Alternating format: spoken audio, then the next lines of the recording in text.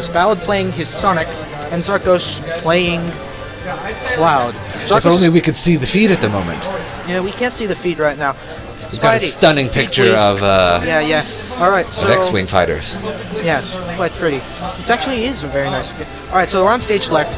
Out of all these stages, Sonic and Cloud tend to kill the same way.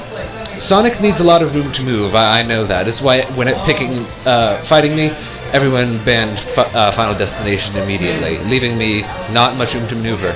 And especially with somebody who tends to get juggled, like me. Beginner's nonsense, I know. But having a lot of platforms to break your fall and set you up for another juggle can certainly be detrimental to Sonic. Right.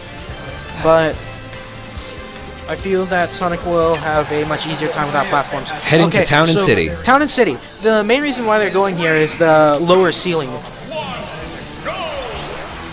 The lower ceiling means essentially that they both kill a little bit earlier, they both kill a little bit more reliably.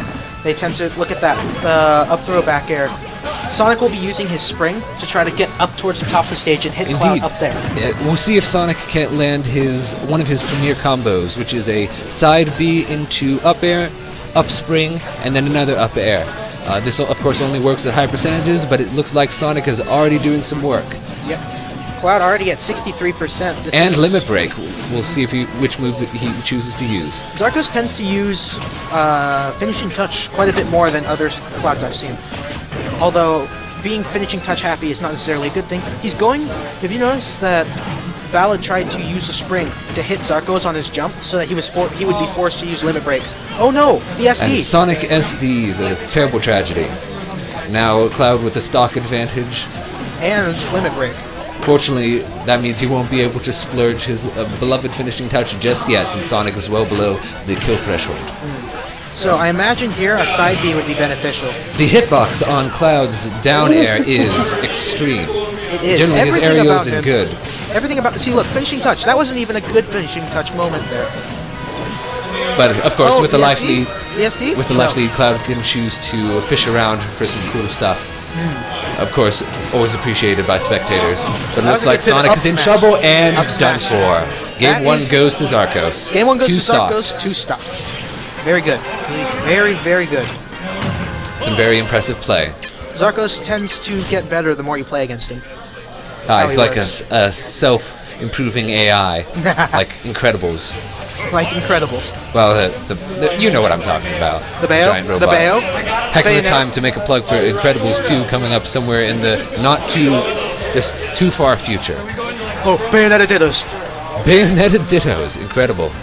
Alright, where are we going? Umbra. We're going Umbra Clock Tower. This ought to be a fun match. I applaud thee for thy bravery. Oh, it is around 1. Bayonetta, of course, just recently introduced, described as difficult to use, but very satisfying to land with her extended combos. The strongest thing about Bayonetta, in the end, is actually not her combo game, but her counter, Witch Time. Of course. A counter is so good that even if you don't do it perfectly, you'll still get out of jail free. Yep. And that's a little bit scary. Fishing for down airs into neutral airs. Up B? Oh, no side B follow-up. Which twists. Oh, there's the... Okay, see, look. He just bat within. Some good heel kicks. Bat within is such a powerful move simply because it gets you out of everything. No punish on the whiffed down smash. Right. Forward smash also blocks. Gets a grab. Nearly neck and neck at this joint. Right. I believe that Ballade is actually playing the Bayonetta with red, and Zarcos is playing the Bayonetta with blue. Is it the other way around? Well, the colors change no matter which specific swap you use, depending on which costume is equipped. Bayonetta 1 or Bayonetta 2. Well, we're moving off stage onto the side platform, some risky business at percentages this high, and we're back to neutral. What's your thoughts on Umbra Clock Tower as a stage? Absolutely fantastic. I would be surprised if it were not actually turn illegal based on the lack of true hazards. That's very true. It also doesn't do strange things to your character when you do stuff weird, which is always nice. And of course the visuals, wow! Just a straight up smash! A trade of smashes and we're a tie game. Well, scratch that. the stage is also terribly beautiful. If you look at Fortitudo there in the background, even better than he looked in Bayonetta 1. Have you played the Bayonetta games? I have not, but I confess, but I have, wow, a full witch time smash on that, on Zarcos.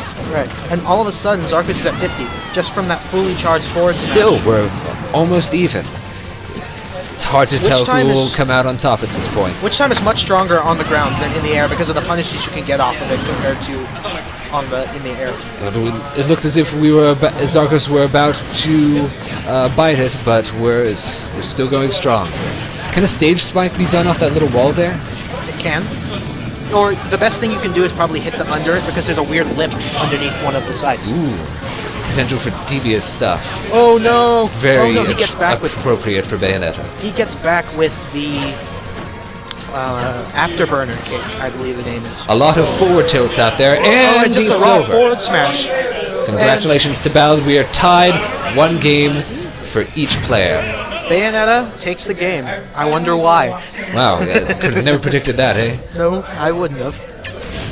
Alright, we're ready to head into the final match, looks like. I feel like Zarcos will switch. Maybe they'll do Corn Dittos. Who knows what these crazy guys will do. Well, it seems like Ballade didn't win for any other reason than the hard reads. But I can't really say much about how they play Bayonetta, as I don't know how I play Bayonetta yet. Yeah, I haven't even downloaded these characters. Tell me, do you anticipate, based on what you've seen so far, that Bayonetta might be among the top tier characters of Smash Bros. 4? I believe that Bayonetta will be mid-high at the very least. As will Corn, both of them will be mid-high characters. So, very notable that the later DLC characters all have a lot of tools and refinement in comparison to some of the characters in the original cast. Right. All sorts of things from cancels to extended combos to different specials to even pseudo stance systems like Cloud's Limit Break. All very impressive stuff. It is. Ryu has commands, which is very interesting. In comparison Street Fighter to commands for people familiar with those. It's actually very interesting because instead of tilt normals like everyone else, he has. We're seeing Yoshi versus Bayonetta, looks like. All right. Go on. Something about tilt normals? Yeah. So Ryu has unique movement. Bayonetta has combos and some unique movement. Cloud has a stance, and I think Corrin Castle has Siege has been banned. Castle Siege. Okay. That's right. We are headed to Battlefield, I think. Perhaps. I only ever saw Battlefield. Oh, and that one town and city. Although Okay, it Lilac. did not go in my favor. Okay. Lilac. Okay, Lilac. Lilac Cruise it is. I don't know why Lilac. I think I do, actually. It's hard to tell who might have an advantage on this stage. Given we don't know Bayonetta very well yet, that's very true. Okay. High-level players, of course, won't be entering with Yoshi's egg roll. Right. Speaking of egg rolls, I know why Zarcos Zarcos has done this. Terrible. I know why Zarcos has done this. Last night we were all talking, and apparently Zarcos believes Yoshi beats Bayonetta because of Nair. Really? Yes. Well, he has been using a couple of them so far. So, those nairs, also known as sex kicks, for the way in that they thrust out, stay out for a while. See, look at that. And That's why. have great versatility. That's why. Did you see that? Indeed. That's Good why. stuff. That We'll is see if- why they believe that Bayonetta loses to Yoshi, because of the sex kick. In general, sex kicks are very good for lingering hitboxes and quick aerial punishes.